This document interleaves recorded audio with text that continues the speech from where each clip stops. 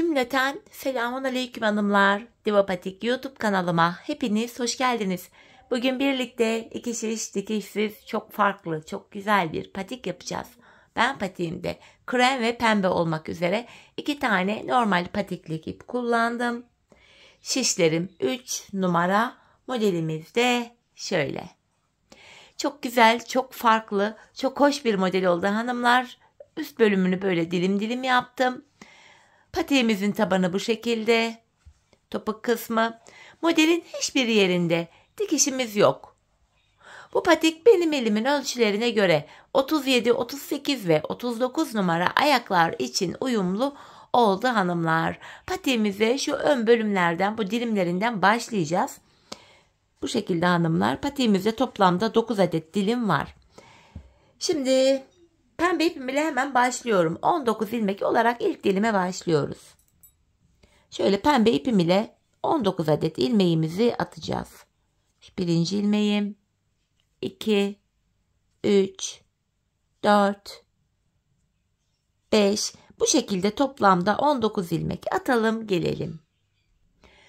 Evet, 19 adet ilmeğimi attım geldim hanımlar. Hemen şu kenarına bir düğüm atacağım. Baştan sona haroşa örgüyle yapacağız. Ben örgümüzün hem arka yüzünde düz örgü örerek haroşalarımı elde ediyorum.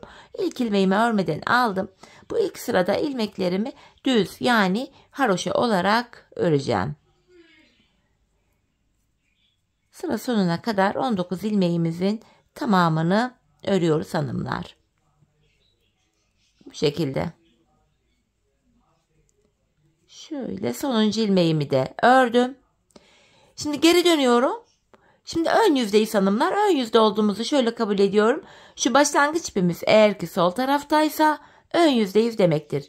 Ön yüzde hem şekillendirmeyi yapacağız hem kesimler yapılacak. Şişimde toplamda 19 ilmeğim vardı. Ortadaki 3 ilmek üzerinden kesim yapacağım. İlk sırada hanımlar kenar ilmeğim ile birlikte toplam 8 adet ilmeğimi öreceğim. Bakın 4 oldu. 5, 6, 7, 8. Ortada 3 ilmeğim var. Üçünü birden keserek örüyorum. Bakın 3 tane ilmek kestim. Hemen şu kenara da kalan 8 ilmeğimi örüyorum. Tam ortada kesimimizi yaptık. Böylece şişimizdeki ilmek sayısı 17'ye düştü. Ön yüzde kesimi yaptık. Geri dönüyorum hanımlar. Arka yüzdeyim. Kenar ilmeğimi aldıktan sonra arka yüzde ilmeklerin tamamını haroşa örüyorum. Kesme işlemini sadece ön yüzde yapıyoruz. Arka yüzde de ilmeklerimizi sadece haroşa olarak örüyoruz. Bu şekilde. Sonuncu ilmeğimi de ördüm. Şimdi geri dönüyorum. Bir önceki sırada 8 ilmek örüp ortada üçlü kesim yapmıştık.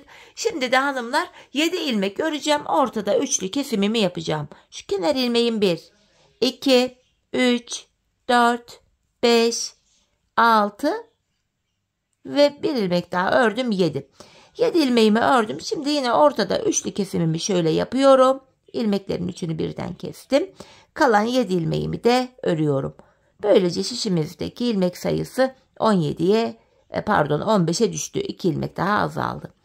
Geri dönüyorum. Arka yüzde kenar ilmeğimi aldıktan sonra ilmeklerimin tamamını normal haroşa örüyorum. Arka yüzde kesim yapmıyoruz çünkü. Evet. Sonuncu ilmeğimi de ördüm. Tekrar geri dönüyorum. Ön yüzdeyim. Şimdi de 6 ilmek örüp kesim yapacağım. Şu kenar ilmeği 1, 2, 3, 4, 5, 6. Yine ortadaki 3 ilmeğin üçünü birden keserek örüyorum. Ve kalan 6 ilmeğimi de örüyorum. 13 ilmeğimiz kaldı artık. İlk sırada 8 ilmek örüp kesmiştik. İkinci sırada 7 ilmek ördük, kestik. Bu yaptığımız sırada da 6 ilmek ördük. Kesimimizi yaptık. Tekrar arka yüzde ilmeklerimin hepsini normal haroşa olarak örüyorum yine.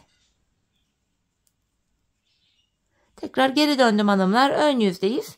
Bu defa da 5 ilmek örüp kesim yapacağım. Kenar ilmeği 1, 2, 3, 4, 5. Ortadaki üçlü ilmeğimi kesiyorum. Ve kalan 5 ilmeğimi de örüyorum. Böylece 11 ilmeğimiz kaldı. İlmek sayılarımız bu şekilde azalıyor hanımlar. 11 ilmek kaldı. Geri döndüm. Arka yüzde kenar ilmeğimi aldıktan sonra devamındaki ilmekleri de yine haroşa örüyorum.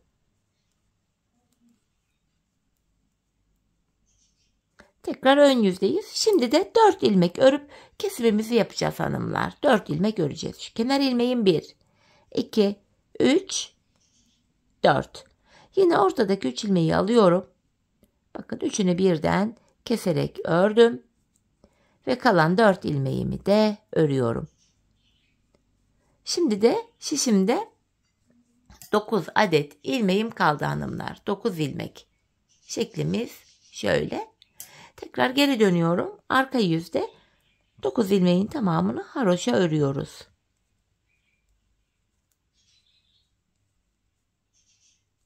Tekrar geri döndüm. Ön yüzdeyim. Şimdi de 3 ilmek örüp kesim yapacağım. Kenar ilmeği 1, 2, 3. Ortadaki 3 ilmeğimin 3'ünü birden kestim.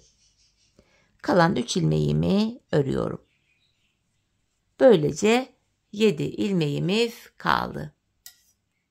Şeklimiz şu. Şimdi tekrar geri döneceğim. Arka yüzdeyiz. Arka yüzde 7 ilmeğimizi haroşa örüyoruz. Geri döndüm yine. Ön yüzdeyim hanımlar. Şimdi yapacağımız işlem şöyle. Kenar ilmeğimi aldım.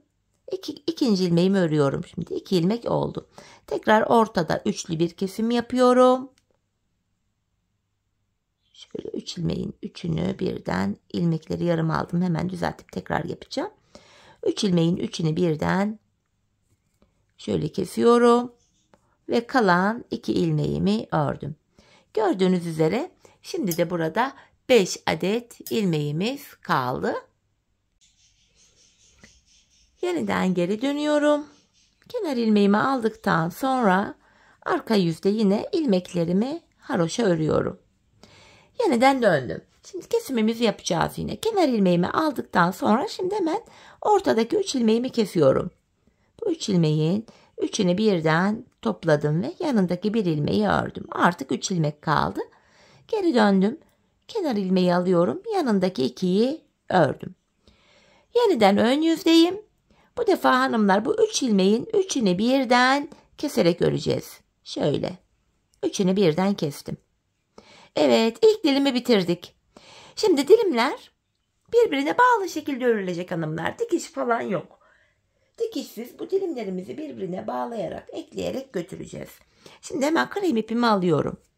Bu pembe ipimiz burada beklesin. Hemen şu pembe ilmeğimin içinden krem ipim ile şöyle bir ilmek çıkarttım. Şimdi ikinci dilimi yapacağız hanımlar. Sırasıyla bakın. Bitirdiğimiz yer şurasıydı. Şöyle ön yüzdeyiz. Sırasıyla hemen şu sol tarafta kenar ilmek yerlerine girerek ilmekler çıkaracağız. Şu ikinci ilmeğim. Ben şuradan ikinci ilmeğimi çıkarttım. Buraya hanımlar düğüm atacağım. Krem ipimin ucunu düğümlüyorum. Devam ediyorum ilmek çıkartmaya. Pembe ipimiz beklesin burada. Şu üçüncü ilmeğim. Krem ipin ucunu gizleyerek getiriyorum. 4. Şu 5. ilmeğim. 6. 7. 8. 9. Bakın buradan şimdi 9 adet ilmek çıkarttık hanımlar. Şimdi en son şu giriş bölümüne bakın. Şuraya girerek buradan da şöyle bir ilmek çıkaracağız şu bölümden. Bu başlangıç kısmına düğüm attığımız için burası biraz sıkı. Tekrardan buraya şöyle girerek bakın. Şu kenardan 10 ilmek çıkarttık. Bakın şeklimiz böyle. Şimdi şişimize 9 ilmek daha atacağız. 19 ilmeğimiz olacak. Ve bu şekilde de ikinci dilimimizi krem ipimiz ile yapacağız hanımlar. Hemen ilmeklerimizi atalım. Burada 10 ilmek vardı. 9 tane de atacağız. 19 olacak. Şu birinci ilmeğim. 2, 3, 4, 5, 6, 7, 8 ve 9. 9 ilmek çıkarttım burada. 9 ilmek attım. 19 ilmeğimiz oldu. Şekil şöyle görüntümüz. Şimdi yapacağım işlem şu. Geri dönüyorum. 19 ilmeğimiz oldu. Sırf ilk başlangıçta bakın pembe ipimizle 19 ilmek atmıştık önce. Sonra geri dönmüştük. İlk sırada ilmeklerimizin hepsini haroşa örmüştük. Bakın ilk ilmeğimi aldım. İkinci ilmeğim. 3, 4, 5. Şu 6. ilmeğimiz. 7, 8, 9, 10, 11, 12, 13, 14, 15, 16, 17, 18, 19. Bakın buradaki 19 ilmeğimi ördüm. Şimdi bu ilk dilimde yaptığımız işlemin aynısını bu krem ile ikinci dilimde de yapacağız. Yani ikinci dilimimizi gerçekleştireceğiz. İlk dilimde ne yapmıştık hanımlar? İlk sırada 8 ilmek örüp ortada kesim yapmıştık. Bakın kenar ilmeğim 1, 2, 3, 4, 5, 6, 7, 8. Ortada 3 ilmeği keserek örüyorum. Üçlü bir kesim yaptım. Ve tekrar kalan 8 ilmeğimizi örüyoruz. Yani bu ilk dilimi nasıl yaptıysak bu ikinci dilimi de aynı şekilde yapacağız. Şu pembe dilimi hiç görmeyelim. Yok farz edelim ikinci dilimi yaparken. Yine pembe dilimde yapılan işlemin aynısı yapılacak. Ortada kesimi yaptık. Şişimizde 17 ilmek kaldı. Şimdi geri döneceğiz. Arka yüzde ilmeklerin tamamını haroşa öreceğiz. Ön yüzde bu defa 7 ilmek öreceğiz. Ortada üçlü kesim yapacağız. Kalan 7 ilmeği öreceğiz sonra. Bir sonraki sırada 6 ilmek örüp üçlü kesim yapacağız. 5 ilmek örüp üçlü kesim yapacağız. 4 ilmek, 3 ilmek derken son 3 ilmek olduktan sonra 3 ilmeğin 3'ünü birden keseceğiz. Böylece ikinci dilimimizi de tamamlamış olacağız. Şimdi ilk dilimi nasıl yaptıysak bu krem ipimiz ile ikinci dilimimizi de tamamlayalım. Gelelim hanımlar, sonrasında buluşalım. Üçüncü dilime beraber başlayalım. Evet hanımlar, bakın krem ipimle de son 3 ilmeğim kalana kadar ördüm. Bakın en son 3 ilmeğimizde yine bakın birlikte kesiyoruz. Şimdi ikinci dilimi de bitirdik. Üçüncü dilimi yine pembe ipimizle geçiş yapacağız. Şöyle alttan pembe ipimi alıyorum. Çok sıkarak almayalım. Arkada şöyle biraz boşluk kalsın. Esneme payı olsun. Şöyle ilk ilmeğimi ördükten sonra yine hanımlar buradan da böyle kenar ilmek yerlerine girerek aynı işlemi yapacağız. Bakın. İlmekler çıkaracağız hemen. Ön yüzde bitirdik, hemen şu sol tarafından ilmekler çıkaracağız. Şöyle burada krem ipimi keseceğim. Şöyle. İlk sıra her 3 sıradan oluşuyor. Her sırada 3'er dilim var. İlk sıranın sonuncu dilimini yapıyoruz şimdi. Şu ikinci ilmeğimde devam ediyorum. Şu üçüncü ilmeğim. Bakın kenar ilmek yerlerine ilmeğin iki kanadına birden girerek ilmeklerimi çıkartıyorum. 5 ilmek oldu. 6, 7, 8, 9 ve son kenar ilmek yerine girerek bir ilmek de buradan çıkarttım, 10. Şimdi 10 ilmek attık hanımlar. Yapacağımız işlem şu. Buraya tekrardan 9 ilmek daha atacağız. 19 ilmeğimiz olacak böylece. İlmeklerimi atıyorum. 1, 2, 3, 4, 5, 6, 7, 8, 9. Bakın bu şekilde ilmeklerimi attım. Burada da 19 ilmeğimiz oldu. Şimdi geri dönüyorum hanımlar. Yine 19 ilmekle birinci ve ikinci dilimi yaptığımız gibi üçüncü dilimimizi yapıyoruz. Sırasıyla bu 19 ilmeğimi şu an arka yüzdeyim. Sıra sonuna kadar öreceğim. Haroşa olarak.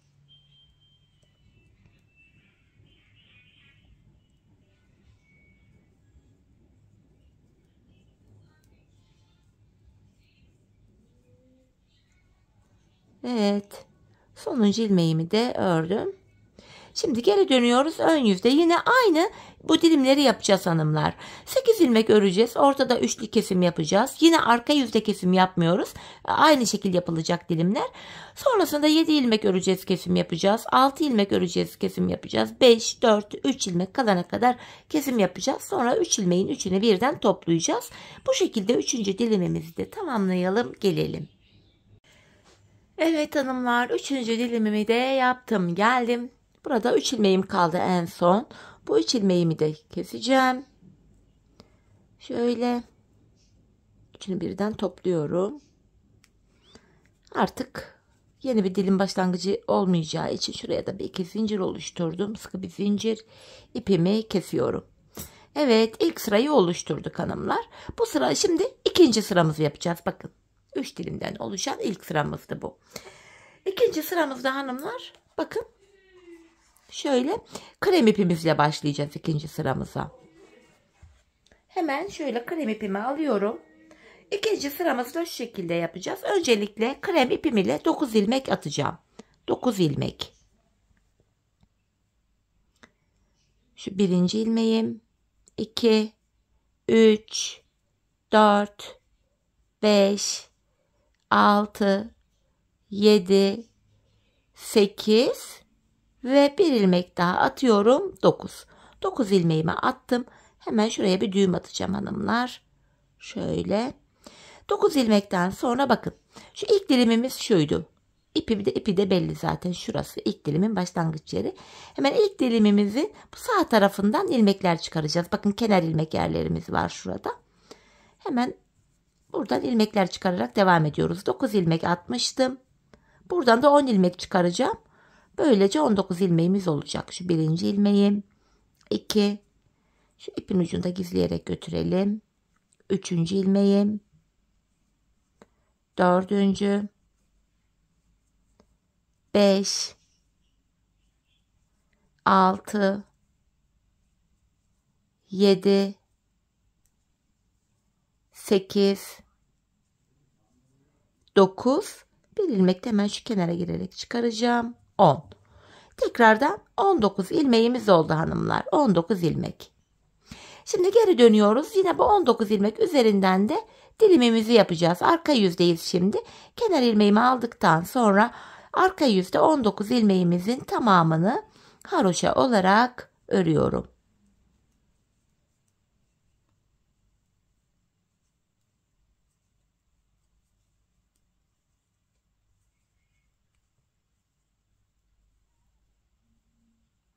Sonuncuyu da ördüm.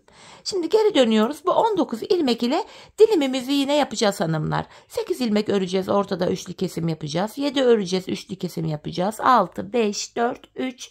Bu şekilde dilimimizi oluşturacağız.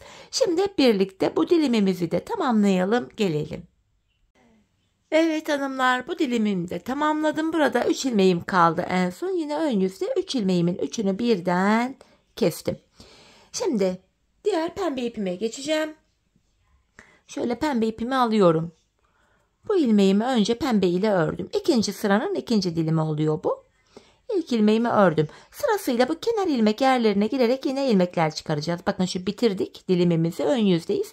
Hemen şu sol kenarına girerek ilmekler çıkarıyorum.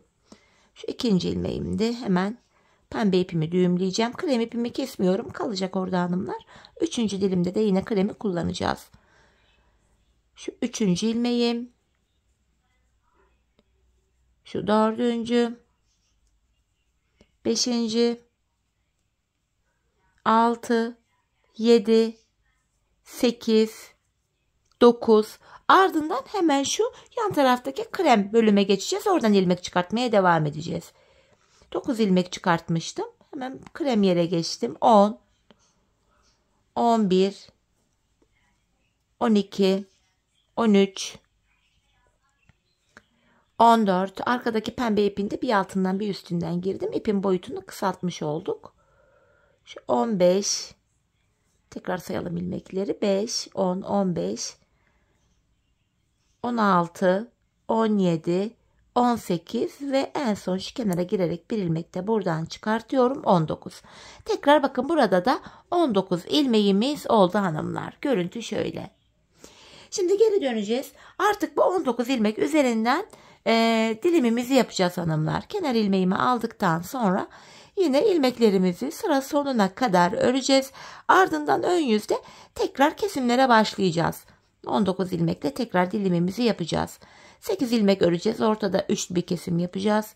Sonraki sıra 7 ilmek öreceğiz. Üçlü kesim yapacağız. 6, 5, 4 ta ki 3 ilmek kalana kadar yine aynı şekil dilimimizi oluşturacağız. Bakın şurada bir dişer hoşundan sonra dilimimizi yapmaya başlayacağız. Şimdi bu dilimimizi de 19 ilmek üzerinden tamamlayalım gelelim.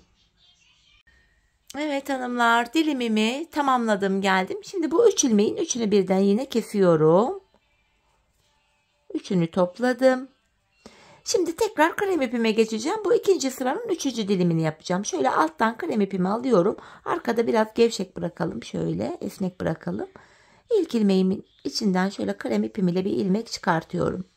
Bu ikinci dilimde yaptığımız işlemi yapacağız hanımlar. Aynısını şöyle sırayla kenar ilmek yerlerine girerek ilmekler çıkartıyoruz. Bu şekilde. Şöyle krem ip arkada gevşek kalıyor dediğim gibi. Şu ikinci ilmeğim. Hemen ikinci ilmekten sonra pembe ipimi keseceğim burada. Ucunu kremime düğümlüyorum. Bu şekilde. İlmeklerimizi çıkarıyoruz hanımlar. Şu üçüncü ilmeğim. Şu dördüncü. Şu beşinci ilmeğim. 6, 7, 8, 9 ilmek çıkarttım. Şimdi diğer pembe bölüme geçeceğim. Hemen pembe ile ilk kenar ilmek yerine girdim. Buradan da 10 ilmek çıkaracağız. 9 ilmek buradan, 10 buradan, 19 olacak. Şimdi 1 ilmek çıkarttım. 2, 3, 4, 5, 6, 7, 8, 9 ve son kenar ilmek yerine girerek 1 ilmek de buradan çıkartıyorum. Şuradan 10. Buradan hanımlar böylece 10 adet ilmeğimizi çıkarmış olduk. Pardon, 19 adet ilmeğimizi çıkarmış olduk. 9 ilmek buradan, 10 ilmek buradan. Şimdi geri döneceğiz. Arka yüzde 19 ilmeğin tamamını haroşa öreceğiz. Sonra ön yüzde tekrardan aynı dilimimizi yapacağız. Ortadan üçer üçer kesimlerimizi yapacağız.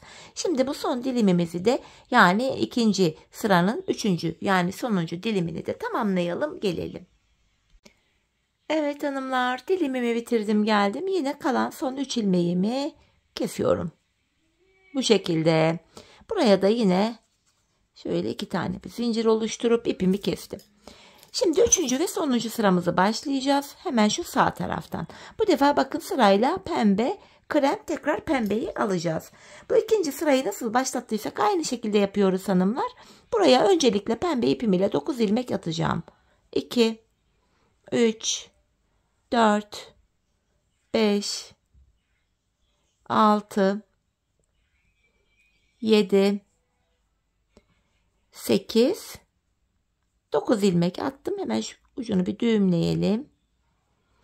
Şimdi 9 ilmek attım hanımlar. Şu krem olan bölüm bakın şu ilk kenar ilmek yerine şuraya girerek buradan ilmekler çıkaracağız. 10 ilmek de buradan çıkaracağım. Şu birinci ilmeğim. Şu ucumuzu da gizleyerek götürelim. Şu ikinci ilmeğim. 3, 4, 5, ipuçları arkada görünmesin diye böyle gizliyorum. 6 oldu. 7.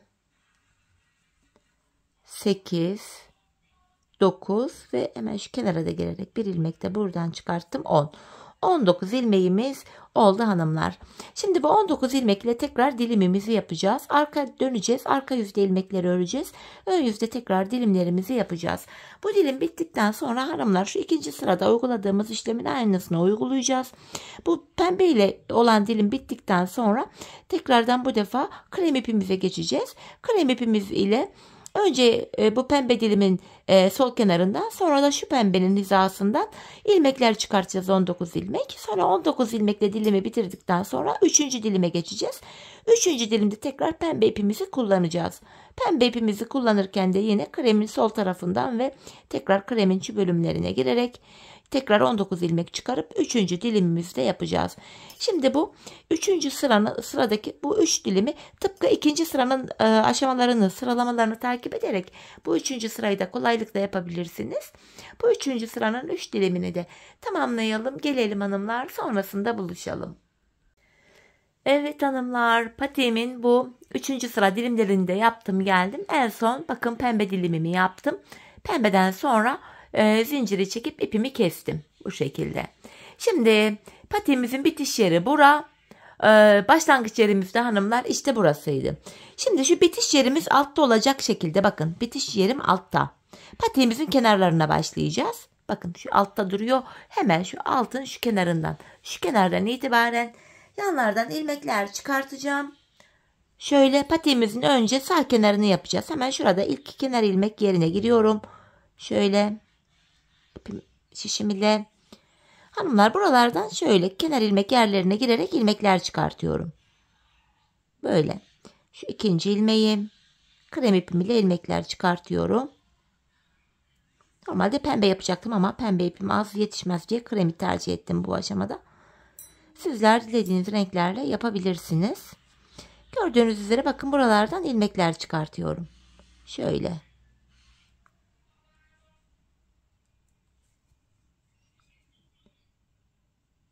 İlmek çıkartırken alttaki krem ipimin ucunda gizleyerek getiriyorum hanımlar. Bu şekilde yapınca sonradan ip gizlemek durumunda kalmıyoruz. İpler de arkada böyle dağınık görünmüyor. Bakın burada 5 ilmek oldu. 6 7 8 bir ilmek de hemen şu kenardan çıkartacağım. 9. Her bir dilimin kenarından 9 ilmek çıkartacağız. Bakın pembeden 9 çıkarttım. Şimdi krem bölüme geçtim. Buradan da 9 ilmek çıkaracağım. 1 şu ikinci ilmeğim, üçüncü ilmeğim, hemen şöyle arkaya da girerek şu dördüncü ilmeğim, beşinci ilmeğim, bakın gördüğünüz gibi 6 7 8 ve bir ilmek de hemen şu kenardan çıkarttım. 9 buradan 9 buradan 18 ilmek oldu. Hanımlar şimdi şuradan ilmek çıkartmaya devam ediyorum. Pembe bölüme geldim. 22 ilmek olacak. 9 şu 10. ilmeğim. Pardon. 9 9 18. Bir ilmek de pembeden çıkarttım. 19 20 21 ve bir ilmek daha çıkartıyorum. 22. Evet. Şu kenardan 22 ilmeğimi çıkarttım. Şimdi hanımlar geri dönüyorum. Burada 22 ilmek ile haroşalarımızı öreceğiz artık. Patiğimizin sağ kenarı 22 ilmek ile yapılacak. Şimdi geri döndüm. Arka yüzde ilmeklerimi haroşa olarak örüyorum.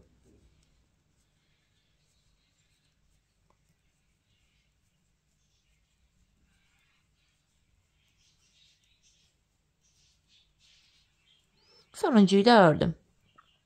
Şimdi geri döndük. Şurada 22 ilmek ile bakın bir diş krem haroşamız oluştu.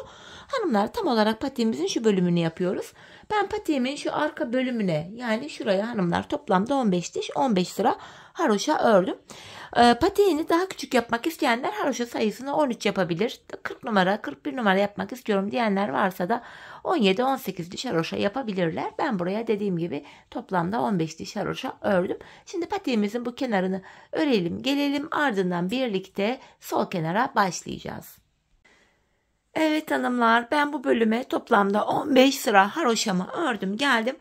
Artık bu sağ kenarımızı bitirdik. İlmeklerimizi ikişer ikişer toplayarak keseceğiz. Biraz gevşek bir kesim yapalım hanımlar.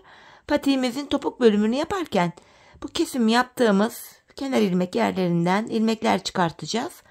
İlmekleri rahat çıkartabilmek için gevşek bir kesim yapmamızda fayda var.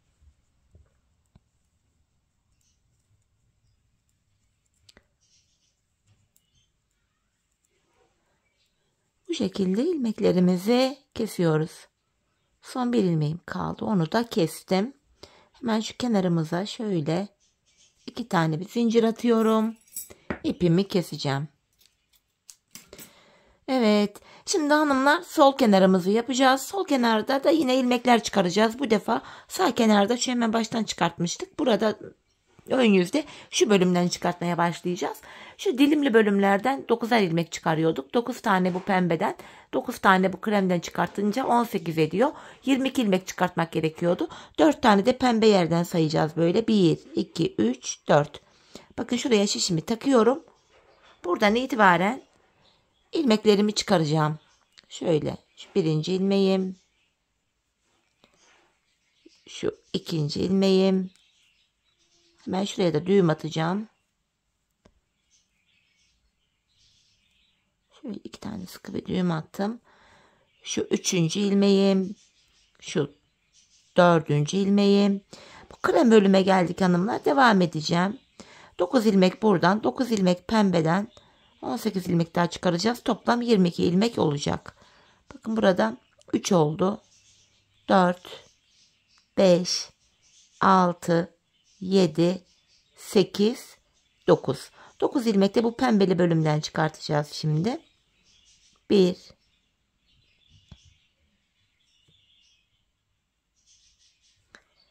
2, 3, 4, 5, 6, 7, 8 ve şuradan da çıkarttık son yerden 9. 9 buradan, 9 buradan, 4 de burada, 22 ilmek oldu. Şimdi 22 ilmek ile bu sol kenarımızı öreceğiz hanımlar. Yine diğer tarafta olduğu gibi burada da haroşalarımızı yapacağız. Hepsini haroşa olarak örüyorum 22 ilmeğimin.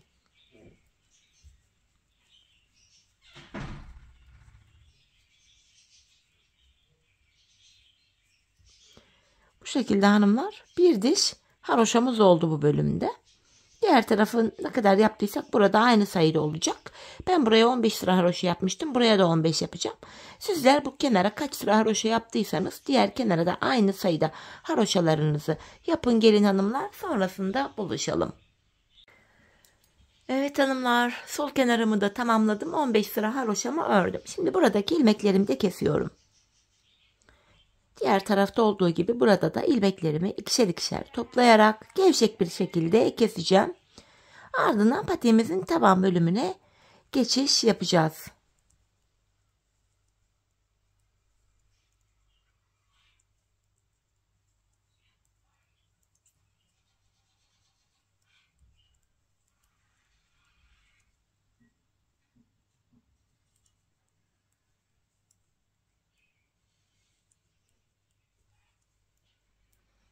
Son bir ilmeğim kaldı, onu da kestim. Böylece patiğimizin bu üst bölümünü tamamladık. Şimdi patiğimizin taban bölümüne geçiş yapacağız. Bu aşamada hanımlar şöyle bir tık uzun şiş kullanacağım ben. Dileyen misinalı şiş de tercih edebilir. Hemen şu ilmeğimi, uzun şişimi alıyorum. Hemen bakın hanımlar, buralarda kenar ilmek yerleri var. Bakın buralarda ilmeğin iki kanadına birden girerek ilmek çıkartıyorum. Bu şekilde ilmeklerimizi çıkaracağız tabanımız için. Hanımlar, ben bu bölümden şöyle bakın şuradan diğer şu uca kadar toplamda 84 adet ilmek çıkarttım. Sizler bu aşamada şu yanlardaki haroşa sayılarını benden fazla ya da benden eksik yaptıysanız ilmek sayınız benden birkaç ilmek az ya da birkaç ilmek fazla olabilir. Bu tamamen şu yanlara yaptığımız haroşa sırasına göre birkaç ilmek farklılık gösterebilir. Dediğim gibi ben şu bölümden bakın şu kenardan 42, diğer kenardan 42, toplamda 84 ilmek çıkarttım. Şu renkli bölümlerden hanımlar her bir kenardan da böyle 9'ar ilmek çıkartmıştım. Şimdi bu uçtan şu diğer uca kadar ilmeklerimizi çıkartalım gelelim. Evet, diğer uca kadar ilmeklerimi çıkarttım hanımlar. Şimdi geri dönüyorum, arka yüzdeyiz. Bu aşamada kenar ilmeğimi örmeden alıyorum. Bu sıramızda bu ilmeklerin tamamını sıra sonuna kadar haroşa örüyoruz. Sıra sonuna kadar ilmeklerimizi haroşa örelim gelelim. Evet, ilmeklerimizi arka yüzde ördüm. Şimdi ön yüzdeyiz hanımlar. Burundan başlayarak tabanımızı yapacağız. Şimdi taban ayrımı şöyle yapılacak. Bakın, şişimizde toplam 84 ilmeğimiz var. Sizin şişinizde belki 88 ilmek olabilir, belki 80 ilmek olabilir, fark etmiyor. Ayrım şu şekilde yapılıyor. Öncelikle patiğimizin burun kısmına 8 ilmek ayırıyoruz. Toplam ilmek sayısından buruna ayırdığımız ilmeği çıkartacağım. Yani 84'ten 8 ilmeği çıkartınca geriye 76 ilmeğim kalıyor. 76 ilmeği de iki yana eşit paylaştırınca yanlara 38'er ilmek düşüyor. Hesaplama böyle yapılacak. Mesela sizde 86 ilmeğiniz var. 84 değil de hadi 86 ya da 88 ilmeğiniz var. 88 ilmekten 8 ilmek çıkartın. Geriye 40 ilmek kalır.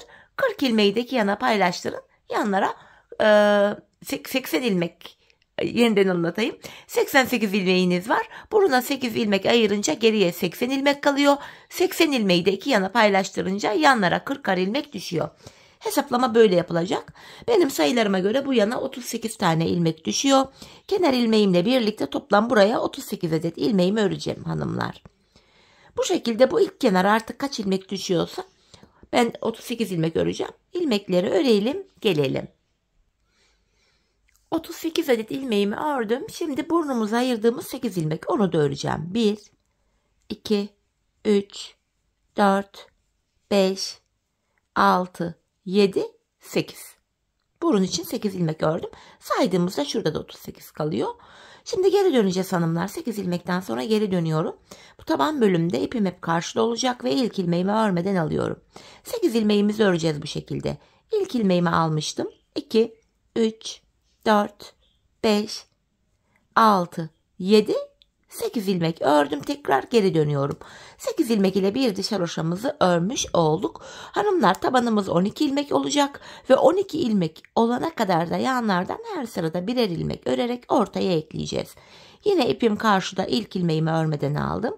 2, 3, 4, 5, 6, 7, 8 ilmeğimi ördüm. Şimdi kenardan bir ilmek örerek ortaya ekliyorum. 9 oldu. Geri döndüm. Yine ipim karşıda, ilk ilmeğimi örmeden alıyorum. Şimdi de 9 ilmeğimi öreceğim. 4, 5, 6, 7, 8, 9. Bir ilmek de kenardan örerek ortaya ekledim, 10 oldu. Geri döndüm. Yine ip karşıda, ilk ilmeğimi örmeden alıyorum. 10 ilmeğimi öreceğim. 4, 5, 6, 7, 8, 9, 10. Bir ilmek de yandan alarak örüyorum. 11 oldu. Tekrar geri döndüm. Yine ipim karşıda, ilk ilmeğimi örmeden alıyorum. 11 ilmeği öreceğiz. 4, 5, 6, 7, 8, 9, 10, 11. Bir ilmek de kenardan örerek ekledim, 12. Evet, 12 ilmeğimizi ördük hanımlar. Şimdi 12 ilmek üzerinden tabanımızı örmeye devam edeceğiz. Kesimlerimiz de başlayacak. Yani yapacağımız işlem şu. 11 ilmek öreceğiz. 12. de kesim yapacağız. Yine ipimiz karşıda ve ilk ilmeği örmeden alıyorum. 2, 3, 4, 5, 6, 7, 8, 9, 10, 11. Bir ilmek de yandan 11, 12. ilmeği örerken yanındakini de alıyorum. Kesimimi yaptım. 12. de kesim yapıyorum. Geri döndüm. İpim karşıda ve ilk ilmeğimi örmeden aldım. 11 ilmek öreceğim. 5, 6, 7, 8, 9, 10, 11. Bir ilmek de 12. ilmeği örerken bir ilmek de yandan alıyorum. İkisini kesiyorum. Taban böyle örülüyor hanımlar. 11 ilmek örüyoruz. 12. de kesimi yapıyoruz. 5 oldu. 6, 7, 8, 9, 10, 11. 12. ilmekte kesimimi yapıyorum. Taban 12 ilmek üzerinden bu şekilde örülecek. Biz bu kesme işlemine sağ ve sol taraftaki ilmekler bitene kadar devam edeceğiz. Ve kesim sonunda şişimizde sadece tabanda kullandığımız 12 ilmeğimiz kalacak. Şimdi hep birlikte tabanımızı örelim, gelelim. Ardından buluşalım. Topuğumuza birlikte başlayalım. Evet hanımlar, patiğimin tabanını ördüm ve geldim. Şişimde 12 ilmek var. Şimdi bu 12 ilmek ile patiğimizin şu topuk bölümünü yapacağız. Yine ipim karşıda, ilk ilmeğimi örmeden aldım. Son 2 ilmeğim kalana kadar ilmeklerimi örüyorum. Bakın, son 2 ilmeğimi keserek örüyorum. İkisini bir ördüm. Şişimde 11 ilmek kaldı. Bu aşamada bakın, şuralarda kenar ilmek yerlerimiz var. Hemen ilk kenar ilmek yerine girerek ilmek çıkartıyorum. Böylece tekrar 12 ilmeğimiz oluyor. Bu şekilde hem patiğimizin arkasını örmüş oluyoruz hem de arka bölüm şu kenarlara eklenmiş oluyor. İlmek çıkarttıktan sonra geri döndüm. İpim karşıda, ilk ilmeğimi örmeden alıyorum. Yine son 2 ilmeğim kalana kadar öreceğim.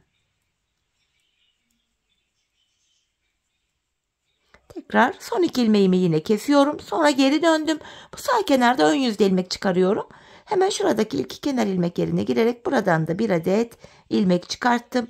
Böylece tekrar 12 ilmeğimiz oldu. Patiğimizin arkası böyle yapılacak. Son 2 ilmek kalana kadar öreceğiz. Son 2 ilmeğimizi bu şekilde keseceğiz ve sıradaki kenar ilmek yerine girerek ilmeğin 2 kanadına birden girerek ilmek çıkarıyoruz. Geri döndüm.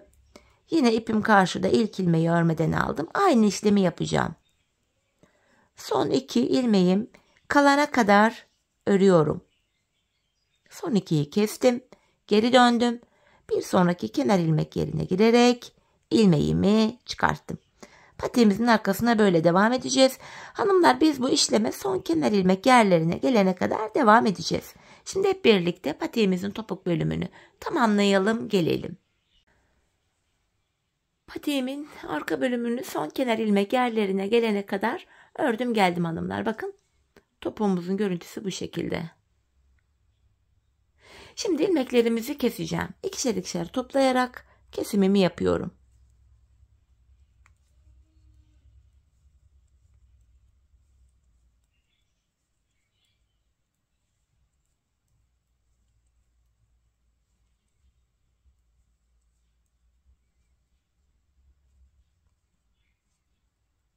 Son bir ilmeğim kaldı. Onu da kestim. Bu aşamada hemen tığımı alacağım. Hemen kenarı düzleştiriyorum. Hemen şöyle dibine batarak burayı dümdüz hale getirdim. Bir tane de zincir çektim. İpimi kesiyorum. Hemen iplerimizi gizleyelim.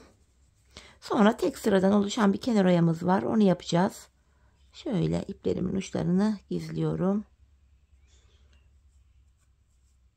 Diğer ipimi de yine aynı şekil. Ayağı giydikten sonra bu ipler dışarı çıkmasın. Bu nedenle gizleme işlemine önem verelim. Evet. Şimdi patiğimizin örgü bölümünü tamamladık. Kenar oyamızı yapacağız hanımlar. Şöyle renkli ipimle, pembe ipimle tek sıradan oluşan bir kenar oyamız var. Gayet kolay. Hemen onu da yapalım. Öncelikle şöyle pembe ipim ile bir ilmek oluşturuyorum.